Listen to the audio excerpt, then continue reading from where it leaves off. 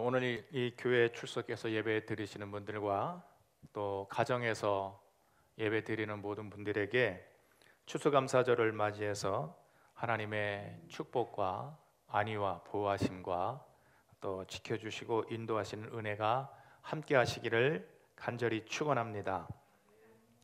오늘 말씀의 제목은 물 위를 걸은 베드로라는 말씀으로 같이 은혜를 나누고자 합니다. 추수감사절이 되면 의뢰 추수감사에 대한 설교를 많이 하는데요.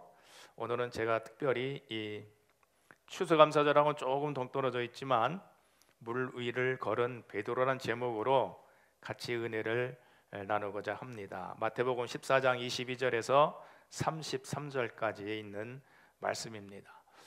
이 물 위를 걸은 예수님에 대한 설교는 주일학교 학생들에게 설교를 하면 가장 조용히 아주 잘 듣습니다. 내용 자체가 아주 스펙타클하고 또 다이나믹하죠. 우리 주일학교 학생들에게 예수님이 어떤 분이신가 하는 것을 각인시키는 데는 가장 좋은 설교 내용인데 중고등학교만 되면 벌써 반응이 틀립니다.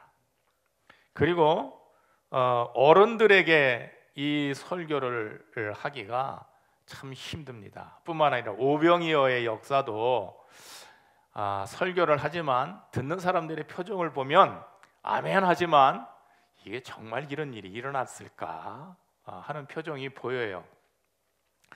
또 우리 교인들도 성경 말씀을 읽으면서 예수님이 물 위를 걸으셨다, 또 5천 명을 먹이셨다, 이게 한쪽으로는 믿어지지만 한쪽으로는 의심이 생깁니다. 그래서 이게 정말 일어났는지 안 일어났는지 목사님에게 물어보고 싶어도요 안 물어봐요. 왜 안 물어볼까요? 괜히 물어보면 집사님 왜 이렇게 믿음이 없어 이런 얘기 들을까 봐 잘 안 물어봅니다. 근데 또 사람들이 물어봐요. 근데 목사들이 대답하기도 이게 참 힘든 부분입니다. 설명하기 힘들지요. 그래서 목사님들도 왜 이렇게 믿음이 적어? 이 한마디면 그냥 끝나요. 그러니 참 이 물 위를 걸으신 예수님에 대한 내용은 이거 우리가 정말 믿어야 되나? 아니면 상징적으로 봐야 되나? 참 어려움이 많이 있습니다. 이 딜레마에 빠지는 이유가 뭘까를 저도 나름대로 많이 고민을 하고 생각해 봤습니다. 오늘 추수감사절이지만 제가 이 본문을 택한 이유는 이 본문 내용으로 지난달에 우리 중학교 학생들, 고등학교 학생들에게 설교를 했어요. 그래서 오늘은 우리 성도님들에게도 이 말씀으로 같이 은혜를 나누고자 생각해서 이 말씀을 선택했습니다. 왜 이렇게 우리가 이 말씀을 들을 때에 딜레마에 빠지는가? 그 이유를 제가 가만히 생각해 보니까 두 가지인 것 같아요. 첫째는 성경에 나오는 이적을 전부 신비주의적으로 바라보게 됩니다. 신비주의적으로 바라보게 되면 사실은 이적이라고 하는 것이 비과학적이라고 하는 그런 관념으로 보기 시작을 합니다. 이것이 과학적이냐 아니냐를 따지게 되고요, 정말 합리적인 것이냐 아니냐, 사실이냐 아니냐 이거를 따지게 됩니다. 그리고 결론은 뭐냐면 이것은 신화적인 것이다 라고 하는 결론을 내리고 바라보게 되는 것이지요. 신비를 추구하는 사람일수록 이 신비에 대해서 사실은 잘 신뢰하지 않습니다. 비과학적이라고 하는 것을 전제로 생각을 하게 됩니다.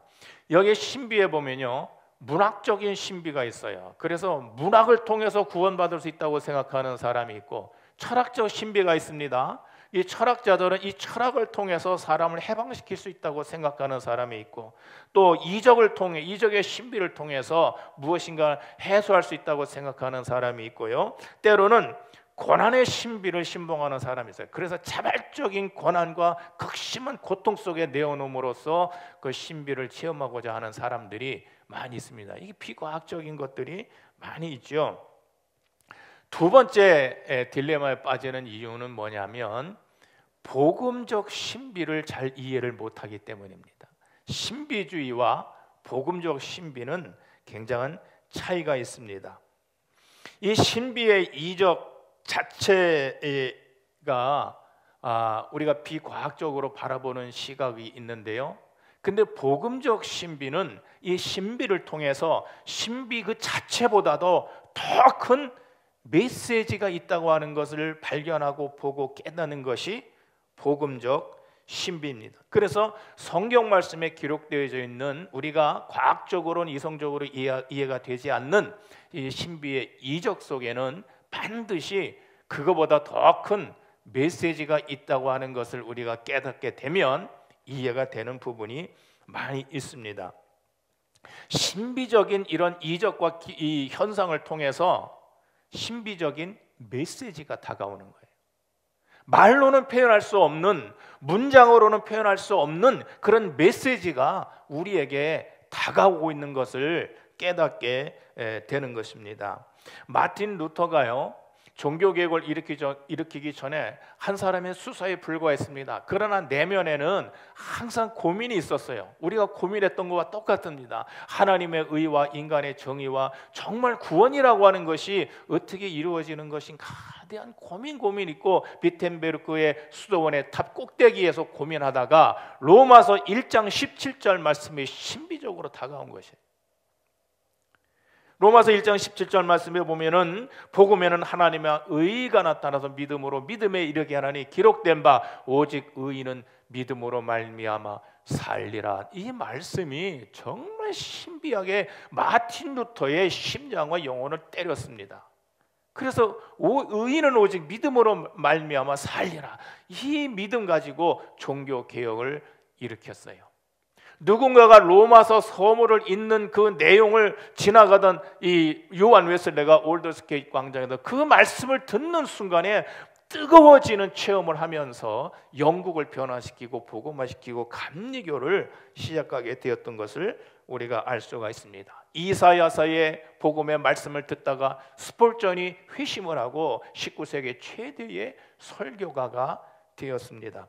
여러분들이 잘 아시는 것처럼 성 어거스틴은 술 취하지 마라, 이는 방탕한 것이니 오직 성령의 충만함을 입어라, 어린아이의 목소리로 듣고 이것이 하나님의 음성으로 들려져서 정말 변화되고 기독교의 가장 큰 신학적인 업적을 남기게 된 역사를 우리가 볼 수가 있습니다.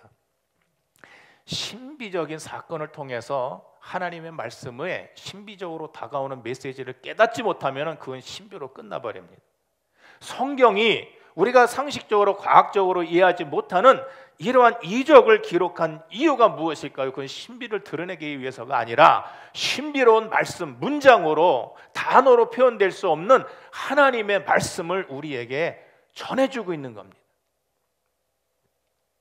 모든 세계가 믿음으로 모든 세계가 하나님의 말씀으로 지어준 줄을 알게 해주는 것입니다. 그래서 이 복음적 신비가 우리의 이성과 과학적인 사고와 합리적인 사고를 더 강화시켜주고 확장시켜주는 역할을 하게 되는 것입니다.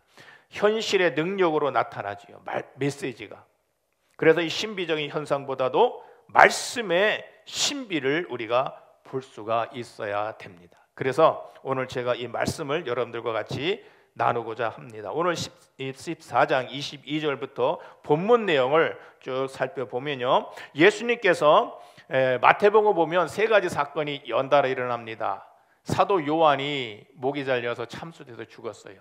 그리고 그 이후에 예수님이 제자들과 다 5천 명 모으시고 오병이어의 역사를 일으키셨습니다. 그러자 사람들이 놀라가지고 야, 이러면 우리 왕으로 삼자, 예수님을 왕으로 삼으려고 했습니다. 그래서 예수님이 사람들을 빨리 해산시키시고 제자들에게 저쪽으로 건너가라 명령하시고 예수님은 산으로 올라가서 기도를 하십니다. 밤 3시경 돼가지고 제자들이 건너편으로 가는데 바람이 불기 시작했어요. 큰 요한복음에 보면 큰 바람이 불어왔다 기록되어 있습니다. 큰 바람이라고 하면은 태풍급을 말하겠지요. 초속 20m 정도 되면 아무리 사람이 노를 지어도 바람의 힘 때문에 나아가질 않습니다. 바람의 힘 때문에 못 나갔을까요? 배가 무서워서 못 나갔을까요? 제가 가만히 이 말씀을 준비해서 묵상해 보니까 왜 노를 저어도 못 나갔을까? 첫째는 바람의 힘이 강해서일 거고, 두 번째는 배가 무서웠을 거예요. 무거웠을 거예요. 왜 무거웠을까요? 오병이어의 기적을 행하고 5천 명이 다 먹고 얼마 남았다고요? 12광주리가 남았어요. 그걸 어떻게 했을까 생각해 봤어요. 예수님의 제자들을 배로 보내면서 야, 남은 거 다 가져가 그랬을 거예요. 그걸 버렸겠습니까? 아마 제자들이 배에 탔다면 12광주를 담았을 거예요. 그러니 배가 얼마나 무거웠겠습니까? 어쨌든 이 제자들이 이 무리로 가는데 바람이 불어서 나가지 못할 때에 자기들이 지나온 그 하얀 포말에 부서지는 그 뒤쪽으로 뭔가 하얀 물체가 다가오는데, 성경에 보면 유령이다, 깜짝 놀라 무서워서 큰 소리를 질렀다, 이렇게 기록하고 있습니다. 얼마나 무섭겠어요? 바다에 시꺼먼 이 하얀 물체가 다가오는데 가만히 보니까 사람 같을 때, 이건 분명 무리를 걷는 거 보니 유령이다. 얼마나 무서웠는지 모두 소리를 질렀다. 어떻게 소리를 질렀을까요? 으아! 그랬겠죠. 유령이다. 그랬겠죠. 여러분, 성경에 보면요, 천사가 많이 등장합니다. 그런데 우리는 천사는 굉장히 거룩하게 보지만 성경, 구약 성경의 모든 성경을 다 뒤져봐도 천사가 등장할 때는 전부 두려워서 엎드려졌다, 이렇게 기록하고 있습니다. 이 천사가 임할 때는요, 사람이 엎드리고 싶어서 엎드리는 게 아니라 다리에 힘이 빠지고 두렵고 떨려서 넘어질 수밖에 없는 두려움이 엄습했다, 그런 내용입니다. 성경의 모든 곳에 보면 천사가 임하면 두려워서 존재 자체가 막 떨리는 거예요. 그렇게 무서웠습니다. 그러니 유령이다 했을 때는 이 사람들이 무서워서 천사다 이런 걸 아마 유령이다 이렇게 표현했을지도 모르겠어요. 무서워서 소리를 쳤습니다. 천사는 이렇게 사실 심판하는 존재요. 그래서 너무 무서워서 전부 엎드려졌습니다. 여러분, 천사 중에서 제일 무서운 천사가 어떤 천사인 줄 아세요? 날개 잃은 천사예요. 날개 잃은 천사. 그래서 제가 잘 때마다 집사람의 등허리를 만져봐요. 날개가 없어요. 천사가 두렵습니다. 그런데 반대로 성령이 임하면 평안해져요. 성경을 한번 찾아보시죠. 성령이 임할 때는 기쁨이 넘치고 감사가 넘치고 평안하고 안심이 되는데, 천사가 나타나면 두렵습니다. 이 차이예요. 그래서 성령이 임한다오면은 천사가 등장하질 않아요. 성경 말씀에 보면. 그래서 이 성령이 임하면 평화가 임하는데, 천사가 임하면 두려움이 임하는 이유가 뭐냐면 하나님의 심판에 대한 두려움 때문이에요. 징계에 대한 두려움 때문이에요. 내 죄 때문에 벌을 받으면 어떻게 하지? 그런데 성령은 그 두려움을 없애줘요. 두려움을 없애줍니다. 어쨌든 제자들이 유령을 보고 겁이 나서 소리쳤을 때 예수님께서 두려워하지 말라, 안심하라, 나니 안심하라, 자기의 스승됨을 밝히셨어요.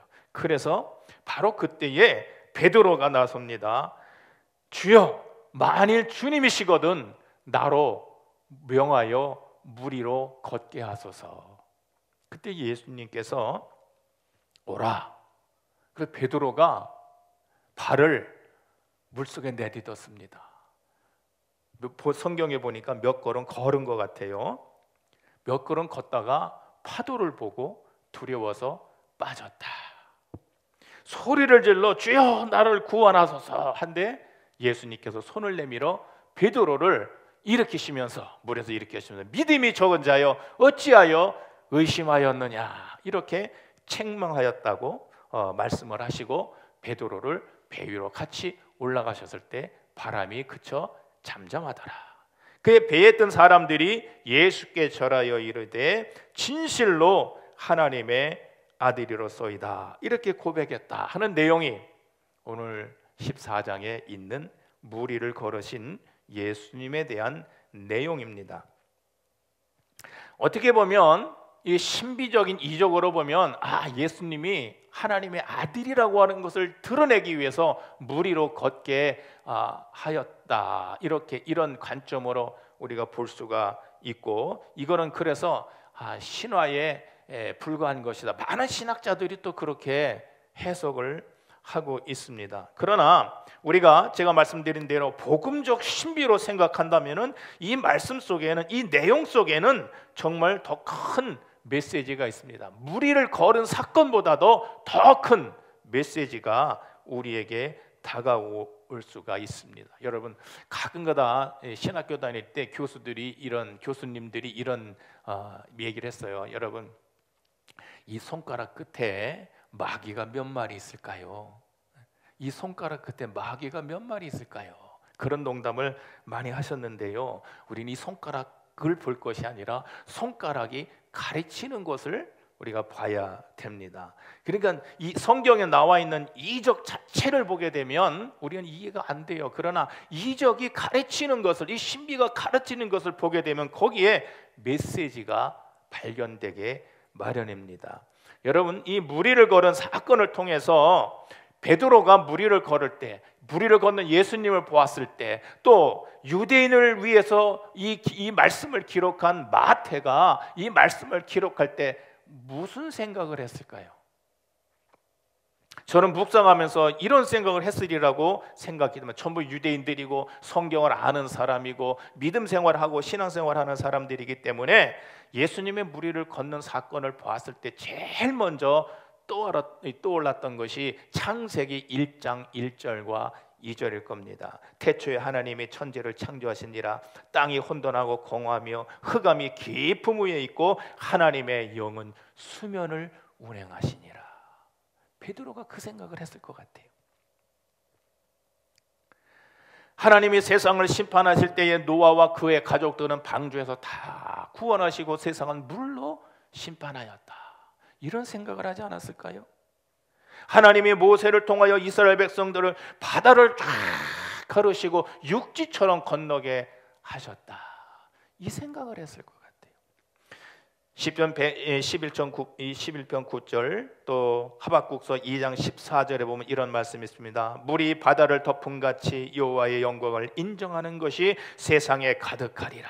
여호와의 영광을, 여호와의 지식을 아는 것이, 여호와를 아는 지식이 세상에 가득하리라. 이 말씀 위에 예수님이 걸으셨다, 그런 의미로 받아들였을 것 같아요. 여러분, 여기서 우리가 시선을 바꿔서 예수님의 입장으로 한번 생각해 보면은 이해가 더 쉽습니다. 예수님의 마음이 그 당시에 어떻게 했을까? 오병이어의 기적이 일어나서 이 떡 5덩이와 물고기 2마리 가지고 5,000명을 먹이고 나니까 모든 사람들이, 제자들이 자기를 이 세상의 왕으로 자꾸 섬기려고 하니까 예수님이 답답하셨어요. 이게 아닌데. 그래서 해산시켰습니다. 제자들이 야 빨리 건너가, 챙겨서 건너가, 빨리 보냈습니다. 그리고 당신은 산으로 올라가서 기도를 하고 계셨습니다. 그랬던 예수님이 왜 갑자기 물 위를 걸어가셨을까요? 예수님이 기도를 하고 막 기도를 하시는데 바람을 부는 거 보니까 무슨 생각이 들었겠어요? 제자들에 대한 걱정이 되겠지요. 기도하다 마시고 가만히 쳐다보니까 저 바다 가운데 막 바람이 부는데 배가 가지도 못하고 오지도 못하고, 보니까 제자들이 자기들이 애를 쓰고 가려고 애를 쓰는 모습을 보셨을 겁니다. 어떤 마음으로 보셨을까요? 이게 부모의 심정으로 봤겠지요. 제자들이 애쓰는 모습을 볼 때의 예수님의 마음은 부모님의 마음이 아니었을까? 그래서 애쓰고 수고하는 그 제자들을 향해서 조금 더 기다리면은 파도가 더 세지고 바람이 세지고 풍랑이 세지면 저 배가 위험할 텐데, 그거를 보시게 된 예수님의 마음이 물 위를 걸어가셨지 않았을까? 그렇다고 제자들을 구원한다고 헤엄쳐서 가셨겠어요? 급한데.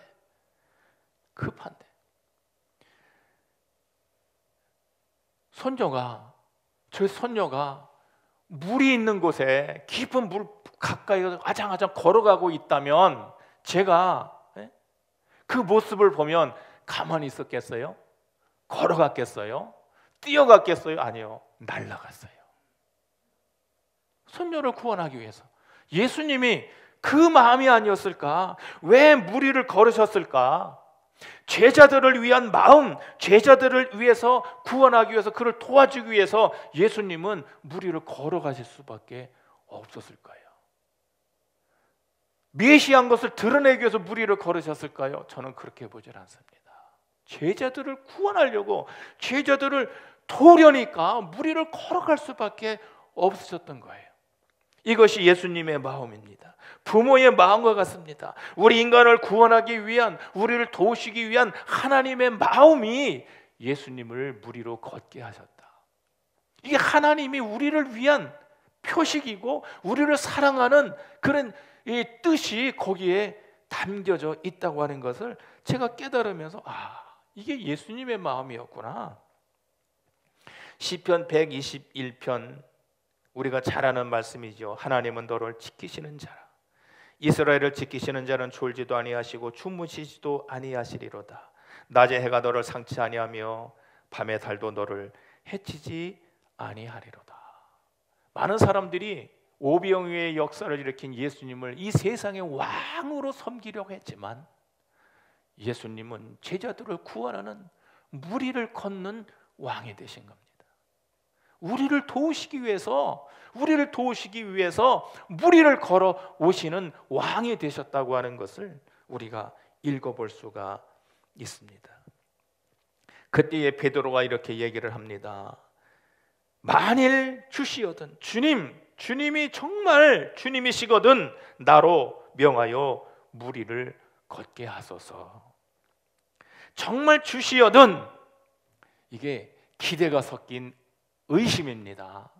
당신이 정말 이 세상에 오신 메시아이시거든, 당신이 정말 우리가 기다리는 오실 그분이시라면은 나로 명하여 무리를 걷게 하소서, 그런 뜻이었겠지요.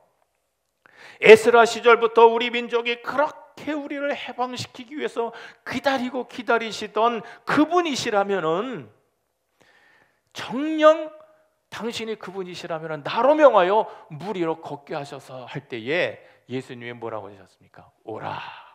맞다, 그 뜻이죠. 오라. 우리는 베드로처럼 항상 이런 기대가 섞인 질문을 해야 된다고 생각합니다. 하나님, 이 일이 정녕 하나님이 하시는 일입니까? 내가 하고자 하는 이 일이 정말 하나님께서 하시는 일입니까? 하나님이 원하시는 일입니까? 항상 우리는 하나님께 그 질문을 드려야 될 줄로 믿습니다.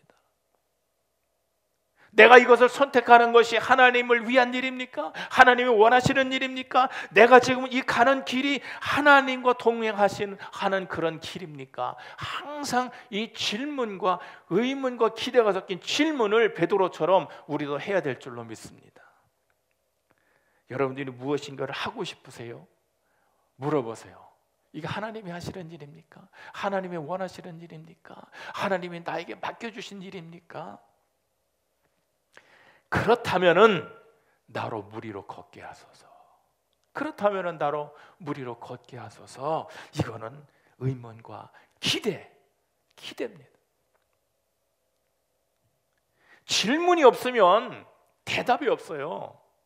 우리가 하나님 정말 이게 하나님의 일입니까? 하나님 원하시는 일입니까? 자꾸 질문을 해야 하나님께서 응답해 주시지, 질문하지 않으면 대답이 없습니다. 학생들 가르쳐 보면요, 정말 공부 잘하는 애들이 질문을 잘해요. 무엇인지 모르면 질문도 못해요. 하나님께 자꾸 이 긍정적인 의심을 가지고 질문을 할 때에 하나님께서 응답해 주시는 겁니다. 하나님 앞에, 그리고 이스라엘 백성들은 항상 하나님 앞에 물어봤어요. 하나님 앞에 물어보지 않고 나가는 전쟁은 전부 실패했습니다. 하나님 앞에 항상 물어봤어요. 우리가 나아가리까? 우리가 정말 싸우니까 이 일이 하나님의 뜻입니까? 이 일이 하나님과 함께하는 겁니까? 하나님 원하시는 일입니까? 질문할 때에 하나님께서 응답해 주시는데 어떻게 응답해 주세요? 이 베드로처럼 응답해 주십니다. 그렇다면은 나로 무리로 걷게 하소서. 쉽게 말하면 징표를 보여주세요. 징표를 보여주세요. 기도원이 전쟁에 나갈 때, 기도원을 하나님이 택했을 때 정말 하나님이 나를 택해서 나로 이기게 하신다면 이 이슬이 내려서 지면이 다 젖었을 때 가운데 솜털만 뽀송뽀송하게 그거로 징표로 보여주세요. 아니면은 모든 것이 다 메말랐는데 이 솜털만 젖어 있으면 내가 하나님의 뜻을 알겠습니까? 징표를 보여주세요. 우리도 항상 물어야 될 줄로 믿습니다. 그런데 무작정 질문하고 무작정 의문으로 징표를 구하는 게 아니에요. 근거가 있어야 됩니다. 베드로가 무슨 근거가 있었을까요? 역사가 요세푸스에 의하면은 유대인들이 가지고 있던 천국과는 거기에는 죽음도 없고 슬픔도 없어요. 예수님도 말씀하셨죠. 거기는 시집 가는 것도 없고 장가 가는 것도 없다고. 거기에는 죽음도 없어요. 슬픔도 없어요. 거기에는 보니까 배도 없어요. 왜요? 물에 빠져 죽는 사람이 없어요. 왜 물에 빠져 죽지 않을까요? 천국에서는 다 물을 걸어 다닌답니다. 그러니까 이 베드로가 단순한 호기심으로 예수님께 나로 무리로 걷게 하소서 한 게 아니라 그런 생각을 갖고 있었어요. 천국에서는 물에 빠지지 않고 무리로 걸어 다니기 때문에 당신은 하나님의 아들이기 때문에 무리 걸었다면 나로 하여금 명하서 나도 무리를 걷게 하소서. 이게 무작정 그냥 요구한 게 아니라 근거가 있는 거예요. 근거가 있기 때문에 예수님께서 그래 오라 대답하신 거예요. 우리가 하나님 앞에 질문할 때에 요구할 때에 기대할 때에 근거가 있어야 돼요. 무슨 근거가 있어야 돼요? 말씀의 근거가 돼 있어요. 성경 말씀에 보면 이렇게 말씀하셨지 않습니까? 하나님 이렇게 성경에 기록되어 있지 않습니까? 하나님 말씀을 근거로 의심해야 되고 말씀을 근거로 기대해야 되고 말씀을 근거로 요구할 때에 하나님이 말씀으로 응답해 주시는 겁니다. 그래서 오라 말씀하셨잖아요. 오라. 왜 예수님께서 베드로에게 오라고 말씀하셨을까요? 성경 말씀에 보면 역사적으로 무리를 걸은 사람은 예수님과 베드로밖에 없어요. 근데 예수님 베드로에게 오라. 베드로가 의심과 기대를 가지고 말씀하실 때에 베드로의 그 의심과 기대가 변화되지 않는 상태에서 그대로 있으면 아무런 역사가 나타나지 않습니다. 그 의심과 기대가 내적이고 영적인 경험에 깊이 뿌리를 내리게 될 때에 역사가 나타나고 열매가 맺혀지고 하나님의 일이 드러나는 겁니다. 그래서 그 베드로의 의심과 기대를 충족시켜주기 위해서 오라. 몇 걸음이지만 베드로가 걸은 거예요. 우리가 말씀에 대해서 의심이 생기고 이해가 되지만 그것이 내 내면에 깊이 그 경험되기 위해서는 도전을 해야 됩니다. 이 신앙적인 영적인 도전이 없으면 열매 맺을 수가 없고 하나님의 역사가 나타나잖아요. 성경의 기록과 기독교의 역사를 보면 하나님 앞에 담대하게 베드로처럼 도전한 사람들이 놀라운 역사를 일으켰고 역사의 방향을 틀었고 물결을 틀었다고 하나님의 역사를 이루었던 것을 우리가 알 수가 있습니다. 그래서 예수님께서 오라 했을 때 베드로가 무리를 걸었습니다. 의심과 기대로만 그냥 머물러 있다면 의심과 기대만 가장 풍부하지 아무것도 열매가 없어요. 아무것도 일어나지 않습니다. 그래서 예수님이 베드로의 의심과 기대를 강화시키고 변화시키기 위해서 무리로 오라. 그래서 베드로가 걸었습니다. 걷다 보니까 바람과 물결을 보니까 겁이 나서 빠졌어요. 스르르 빠졌겠습니까? 퐁당 빠졌지요. 예수님 살려주세요. 예수님의 손을 내밀어서 올리면서 말씀하셨죠. 믿음이 적은 자여 어찌하여 의심하느냐. 믿음이 적은 자여 왜 의심하였느냐. 왜 너는 의심하고 기대만 했지 왜 거기에만 머물러 있느냐. 그 뜻이겠지요. 무엇을 의심했을까요? 내가 너를 돕는다고 하는 걸 왜 못 믿느냐? 내가 오라 했으면 네가 걸을 수 있다고 하는 것, 나와 함께 있으면 걸을 수 있다는 걸 왜 의심했느냐? 그러니까 빠지지. 그렇게 기대했고 의심해놓고 나에게 응답을 받고 내가 오라 했는데도 왜 그것에 대한 확신이 없느냐? 예.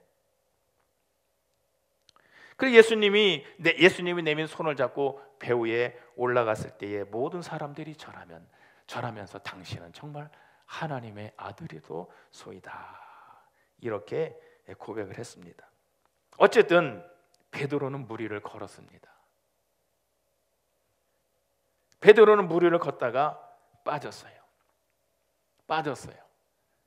베드로는 가만히 보면 그 평생이 그냥 실패를 통해서 성숙해지는 사람인 것 같아요. 그런데 실패한 것 같지만 이 베드로는 이 짧은 경험이 그의 삶을 변화시킵니다. 그의 인생을 바꾸게 됩니다. 성경 어디에도 그 이후에 베드로가 무리를 걷는 연습을 했다고는 기록이 없어요. 얼마나 기억에 남겠어요? 근데 그런 기억이 전혀 없습니다. 그러나 베드로는 그럴 필요가 없었어요. 왜냐하면 이런 사건을 통해서 무리를 걷는 것보다도 더 크고 위대하고 신령한 것을 제가 자신이 깨달았기 때문에 무리를 걸을 필요가 없어요. 그 이후로 베드로의 마음과 믿음과 그 심령이 움직이기 시작했습니다. 활동력이 생기기 시작했습니다. 나를 믿는 자는 나의 일을 할 것이요 이보다 더 큰 일을 할 것이라는 말씀이 베드로에게서 막 운동력으로 나타나기 시작한 것이지요. 베드로가 무리를 걷기 위해서 내디딘 발걸음은 하나님의 능력과 신비 속으로 들어가는 출발점이었고 하나님에 대한 응답이었던 것을 우리가 알 수가 있습니다. 나를 위해서 일하시는 하나님의 열심에, 나를 위해서 무리를 걷는 정말 그 부모님과 같은 마음으로 다가오시는 예수님에게 내가 손을 내밀 때에 물에 젖지 않고 물에 빠지지 않게 되는 것입니다. 이사야서 43장 1절과 2절 말씀에 보면은 우리가 너무나도 잘 아는 말씀이 있죠. 야곱아, 너를 창조하신 여호와께서 지금 말씀하시느니라.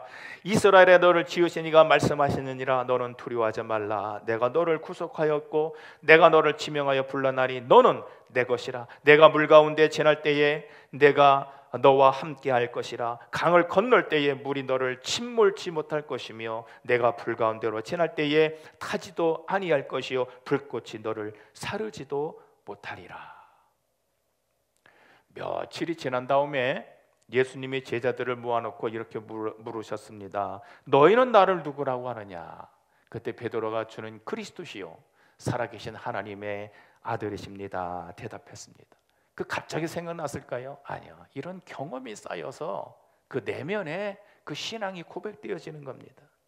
바요나 시몬아, 내가 보기 또다 이를 알게 하시는 이는 혈육이 아니요 하늘에 계신 내 아버지니라. 또 내가 네게 이르노니 너는 베드로라. 내가 이 반석 위에 내 교회를 세우리니 음부의 권세가 이기지 못하리라. 내가 천국의 열쇠를 네게 주리니 내가 땅에서 무엇이든지 매면 하늘에서도 매일 것이요 내가 땅에서 무엇이든지 풀면 하늘에서도 풀리리라.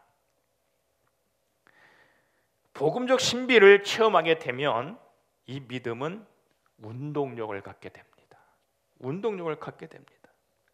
잠잠히 생각과 관념에만 묶여있는 믿음이 아니라 이 속에서 막 에너지가, 활동력이, 운동력이 생기기 시작합니다. 이 운동력이, 이 성령의 역사가 예수를 부인하던 그 제자들에게 예수를 전하는 지도자로 삼았고, 그를 버리고 도망했던 비겁한 제자들이 예수를 위해서 순교하는 영웅들이 되게 했습니다. 이 운동력이 배타적인 유대인들을 다 끌어안을 수가 있었고 원수까지도 사랑할 수 있는 믿음을 소유하게 되었습니다. 불안정한 삶을 사는 여성들이 삶을 회복하고 안정되어지고 성숙되어져서 위대한 여성 지도자 하나님 예수 그리스도의 제자의 역할을 감당했습니다. 두려워 떨던 사람들이 용기 있는 삶 속으로 뛰어들었습니다. 존재감 없이 소외되었던 별볼일 없던 사람들이 존재감을 찾게 되고 하나님의 일을 자기에 맡겨진 사명을 감당하는 그런 믿음의 사람들로 변화되는 역사를 갖게 되는 것입니다. 그건 사람이 강해서가 아니라 이 안에 있는 믿음이 운동력을 갖고 있기 때문입니다. 신비만 추구하면요 아무것도 열매 맺는 게 없어요. 악하고 음란한 세대가 표적을 구한다고 그랬죠. 고린도전서 1장 22절 말씀에 보면은 유대인은 표적을 구하고 헬라인은 지혜를 찾으나 우리는 십자가 못 박힌 그리스도를 전하니 유대에게는 꺼리는 것이요 이방인은 미라는 것이로되 오직 부르심을 받은 자에게는 유대인이나 헬라인에게 그리스도는 하나님의 능력이요 하나님의 지혜니라. 믿음의 신비, 복음의 신비를 알게 되면 결론적으로 말씀드리면 모든 경계가 무너집니다. 역사를 통해서 제 경험을 통해서 믿음의 이 복음의 신비를 갖게 되면 편견과 고집의 경계가 무너져요. 환경과 조건의 경계가 무너집니다. 조건 때문에 환경 때문에 넘어섭니다. 차별과 구별이 없어집니다. 상식과 생각의 경계가 다 파괴되어지고 삶과 죽음의 경계까지도 다 무너져 버립니다. 불가능과 가능의 경계가 무너져서 할 수 있거든요. 무슨 말이냐, 믿는 자에게 능치 못함이 없느니라. 의미가 확장되고 내 삶의 존재가 강화되고 확장이 되어 버립니다. 사명과 능력이 확장됩니다. 생명력이 강화되어지고 확장되어집니다.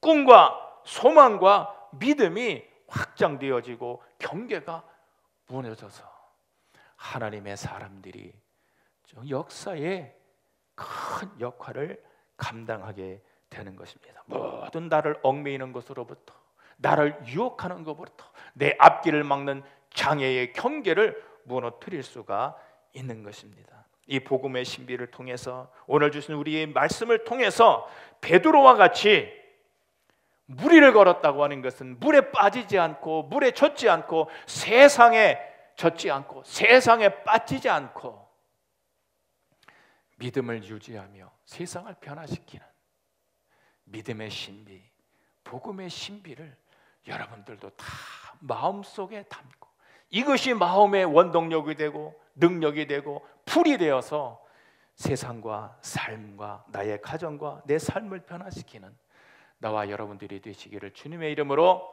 간절히 축원합니다. 기도하겠습니다.